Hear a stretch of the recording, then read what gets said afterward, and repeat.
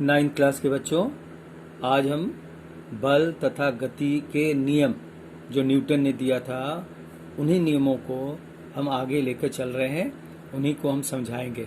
ठीक है बेटा, ये अध्याय 9 का यह दूसरा पार्ट है। 9 जो कल पढ़ाया था, मतलब पिछली क्लास में जो पढ़ाया था बेटा, गति का दूसरा नियम।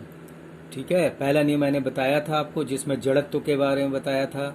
आप पढ़ते हो ना घर पे, तो पढ़ाई क्या करो, तभी आपको अगला जो चैप्टर जो मैं अगला जो कराता हूँ वो समझ पाओगे। हाँ, अभी यहाँ इस गति के नियम में थोड़ा और ध्यान रखना है, कहाँ पे क्या बोला जा रहा है, समझाया जा रहा है, ध्यान से सुनो। इस नियम के, अगर जैसे हम गति का नियम का दूसरा हिस्सा हम पढ़ा रहे हैं बेटा, गति का दूसरा नियम, तो इस नियम के इसमें आपको संवेग की जानकारी मिलती है। किसमें? इस द्वितीय नियम में। तो ये कौन बताया? न्यूटन ने बताया। न्यूटन ने समझाया कि किसी वस्तु का जो संवेग है, इसके द्रव्यमान और वेग का गुणनफल होता है। यहाँ संवेग, ठीक है बेटा, संवेग को P माना गया है, उसके द्रव्यमान की मतलब मास, M से शॉर्ट फॉर्म में M लिखते हैं, और वेग यानी वेलोसिटी यानी कैपिटल V लिखा है यहाँ पे। ओके बेटा, यहाँ देखो V है, तो यहाँ संवेग P, उसके द्रव्यमान M और वेग V है। तो फॉर्मूला होता है, सूत्र बन जाता है P = M × V, जिसको हम संवेग का सूत्र भी कहते हैं। संवेग में परिमाण एवं दिशा दोनों होते हैं, और इसका जो मात्रक है वह SI यूनिट किलोग्राम मीटर प्रति सेकंड होता है। यह सदिश राशि है, क्योंकि इसमें दिशा भी निर्धारित है, तो इसे सदिश राशि कहलाती है। इसके अब हम गणितीय सूत्र को करेंगे बेटा, यानी हमें न्यूमेरिकल यानी मैथमेटिक्स बनाने के लिए सूत्र निकालना होता है। एक सूत्र तो अभी अभी आपने देखा, P = M × V, और अब आगे हम गणितीय यानी मैथमेटिकल यूज करेंगे हम इन फॉर्मूलों का। तो माना कि M द्रव्यमान की वस्तु U प्रारंभिक वेग से सीधी रेखा में गति कर रही है। ठीक है बेटा, हमेशा आपको बताया है U क्या होगा, प्रारंभिक वेग में कर रही है, तथा T समय लगता है उसमें वेग में।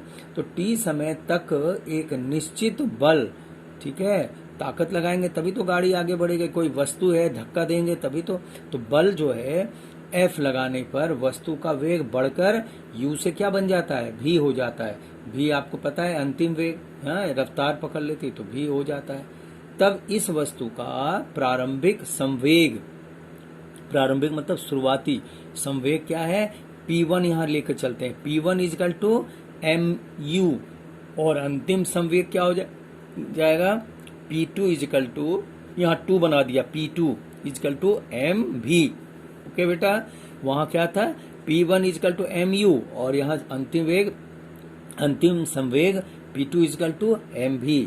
ठीक है बेटा, तो संवेग में जो परिवर्तन होता है वह समानुपाती होता है P2, क्योंकि बड़ा होता है P2। देखो V है ना, इसमें अंतिम वेग की वैल्यू हमेशा बड़ी होती है, तो P2 - P1। ठीक है, P2 - P1। P1 में देखो mu है, और P2 में क्या है, mv है, तो इनको उसी तरीके से यहाँ लिखेंगे। P2 के नीचे लिख दिया mv - mu। अब यहाँ देखो दोनों में mm है, तो m को मैंने कॉमन ले लिया, तो यह समानुपाती हो गया। m अंडर ब्रैकेट के अंदर है v - u। तो यह संवेग में परिवर्तन का दर के लिए क्या करना हो, जब दर निकालते हैं तो वह t, वहाँ टाइम को भी दिखाना पड़ता है। तो इसका कुल मिलाकर आपका लगाया गया बल जो है वह F प्रोपोर्शन यानी समानुपाती mv - u / t, ये हो गया इसका सूत्र। ठीक है बेटा, यानी अब आगे देखो, यहाँ जो m के और ब्रैकेट के अंदर v - u है अपॉन t, यह आपने पहले भी देखा है, वो त्वरण का फॉर्मूला था, है ना। त्वरण में आपने जब देखा था तो उसमें ये लिखा आया था, ये सूत्र होते हैं, याद रखना है आपको। अब आगे यही F जो यहाँ मैंने प्रोपोर्शनेट यानी समानुपाती दिया है, दिखाया है, वो वहां पर अब यहाँ F इजिकल टू K लिखा है। आप गौर करो, K लिखा है, ये स्थिरांक है। एक मतलब एक यहाँ इसकी जो संख्या होती है वो 1 के बराबर होती है। एक इकाई बल में K का मान 1 होता है, तो इसलिए K मल्टीप्लाइड बाय M और V minus you upon T. तो फिर नीचे अब आएगा F इजकल टू K और M तो इसके हैं, और A कहाँ से आया? A आया आपके इसी सूत्र, ये त्वरण वाला सूत्र M V माइनस यू है ना बेटा, तो इसी और अपॉन टी वहाँ A लिखा। तो फॉर्मूला कुल मिलाकर क्या बन गया? F इजकल टू M गुने A। क्यों? ये M यहाँ नीचे आया, M क्या है? मास, यानी द्रव्यमान, और गुने त्वरण जो A लिखा था। तो F is equal to M into A। ये आपको आगे न्यूमेरिकल बनाने में सुविधा होगी। यहाँ इकाई बल में K का मान कितना होता है? 1, इसलिए यहाँ 1 से गुना भी करोगे तो वैल्यू तो वही होगी। तो F इजकल टू M गुने A, याद रखने की चीज है ये। ओके बेटा, वेग में परिवर्तन की दर को हम क्या कहते हैं? त्वरण, ठीक है ना, जो उसी के सिलसिले पे चला आ रहा है। बेटा बल का मात्रक क्या होता है? kg मीटर पर सेकेंड स्क्वायर। देख लो, पर मीटर सेकेंड स्क्वायर। ओके बेटा, ये याद रखने की चीज है। टिक मारने के लिए आता है, 4 चॉइस में राइट करने के लिए आएगा, तो ये याद रखना है। अब बेटा संवेग के लिए अलग अलग उदाहरण है। अब आपको उदाहरण के द्वारा आपको समझना होगा संवेग होता क्या है। हम रोजाना देखते हैं और या अनुभव करते हैं क्या, कि जब क्रिकेट मैच हो रहे हो के मैदान में, और जो मैदान में बॉल पकड़ने के लिए, जो क्षेत्र रक्षण के लिए जो लोग होते हैं प्लेयर्स, तो वो क्या किस लिए होते हैं? कि बॉल जो है 4 रन में ना चला जाए, या प्लेयर के कैच पकड़ लिए जाए, तो इसके लिए होता है। तो जब तेज गति से आ रही गेंद को जब वह प्लेयर, ठीक है, लपकते हुए दौड़कर उसे पकड़ना चाहते हैं, ऊपर से आते हुए बॉल जो बहुत तेज रफ्तार में शॉट लगी है, तो हाथ को, तो उस बॉल को पकड़ने के लिए हाथ को पीछे की ओर ले जाना पड़ता है ना। तो ले जाने से क्या होता है, और इसलिए ले जाते हैं क्योंकि वो गेंद के वेग को शून्य करने में अधिक समय लगाता है। मतलब पीछे ले जाने से उसकी जो ये है समय उसमें ज्यादा लगता है और उसका वेग कम हो जाता है। इस प्रकार गेंद में जो संवेग परिवर्तन की दर जो है वह कम हो जाती है। ऐसा करने से तेज गति से आ रही गेंद का प्रभाव हथेली पर कम पड़ता है। नहीं तो एकदम से हाथ बढ़ाकर पकड़ोगे तो उंगली में लग गई तो चोट लगती है, अंगूठे में चोट लग जाती है। तो क्या करते हैं, बॉल जो सीधे शॉट में आ रही है तो उसके लिए हाथ को बॉल के साथ साथ पीछे ले जाकर फिर कैच पकड़ते हैं। दूसरा उदाहरण है बेटा, ऊंची कूद वाले मैदान में जो बच्चे हाई जंप करते हैं, तो खिलाड़ियों को जब ऊपर से उछलना होता है, एक डंडी उसे धागे बंधे होते हैं और उसके ऊपर से जंप करना होता है, तो कूदने के बाद जो चोट लगेगी तो उसके लिए नीचे क्या रखा जाता है? रेत या बालू, है ना, या गद्दे भी रख देते हैं, बिछा देते हैं, जिससे कि ऊपर से जंप करने पर चोट न लगे। क्योंकि खिलाड़ियों के छलांग लगने के बाद गिरने के समय को बढ़ाने के लिए किया जाता है। ये गद्दे क्यों बिछाए जाते हैं, रेत क्यों डाले जाते हैं? कि गिरने के समय को बढ़ाने के लिए किया जाता है। यहाँ इस स्थिति में संवेग में परिवर्तन की दर कम होती है। इस प्रकार अन्य तरह तरह के उदाहरण है बेटा। आपने देखा भी होगा कि कैसे कराटे करने वाले जो ये होते हैं वो खिलाड़ी एक ही झटके में बर्फ की जो सिल्ली होती है वो तोड़ देते हैं, ठीक है। दूसरा, तो इस तरीके से आपको तरह तरह के उदाहरण देखने को मिलेंगे। आप अपने टेक्स्ट बुक को भी जब पढ़ोगे तो और भी नई नई जानकारी मिलेगी, और भी आपको उदाहरण मिलेंगे, या रोजाना आप देखते होगे। तो ऐसा है। अगला बेटा, हम न्यूमेरिकल के लिए हमें ये जो सूत्र है आपको याद रखना है, और मैं ये इस न्यूमेरिकल के आधार पे बाद में आपको क्वेश्चन आगे के क्रम में करेंगे। पहले जो इससे जुड़े हुए हैं उनको मैं करने जा रहा हूं, जो महत्वपूर्ण है। बेटा तीसरा नियम क्या था, आपको मैंने लिखवाया था, तीनों नियम मैंने पहले लिखवा दिया था न्यूटन का। तो तीसरा नियम पे अब हम चलेंगे। वो तो दूसरे नियम को बता दिया, न्यूटन के गति का दूसरा नियम हो गया। अब है तृतीय नियम। उसमें क्या है, प्रत्येक क्रिया के बराबर एवं विपरीत प्रतिक्रिया होती है ना, यही लिखवाया था। आपको याद रखना है। अब ये सब पेपर में पूछे जाएंगे। इस नियम के अनुसार जब एक वस्तु दूसरी वस्तु पर बल लगाती है तब दूसरी वस्तु भी पहली वस्तु पर उसी प्रकार बल लगाती है, उसी वक्त, उसी क्षण, हाँ, और यह जो बल लगती है लगभग दोनों के बल परिमाण में सदैव समान होते हैं, किंतु दिशा विपरीत होती है। ठीक है, उदाहरण से स्पष्ट होता है, आपको हम दिखा रहे हैं कि जब कोई एक नाविक है, नाव के ऊपर है, तो नाविक द्वारा नाव से आगे की ओर कूदने की स्थिति में जब जंप लेता है, हाँ, जंप करता है अपने नाव से, तो क्या होता है, जैसे ही वो आगे की ओर कूदता है तो नाव भी पीछे की ओर, यानी इंसान तो आगे जंप करता है, नाव पीछे की तरफ धक्का लगने वाला प्रतिक्रिया जो है बल नाव को पीछे की ओर ढकेलता है। तो यानी यह हो गया तृतीय नियम, साफ स्पष्ट नजर आ रहा है। बेटा एक और उदाहरण सुनाता हूँ। बंदूक से जब गोली छोड़े जाते हैं ना, तुमने कभी राइफल वाला देखा होगा काम, गुब्बारे को फोड़ना या कहीं, तो उसमें भी क्या होता है, जब गुब्बारे या कोई भी इंसान जब पिस्टल भी करता है तो ऐसे अवस्था में गोली पर आगे की ओर एक बल आरोपित होता है। गोली भी बंदूक पर एक समान किंतु विपरीत दिशा में प्रतिक्रिया बल लगाती है। इसमें बंदूक पीछे की ओर धक्का देती है, जो छाती की तरफ, क्योंकि राइफल को रखा ही जाता है कंधे के पास, तो इस तरीके से पीछे की ओर धक्का मारती है, और बुलेट जो है वो आगे की ओर निकल जाती है।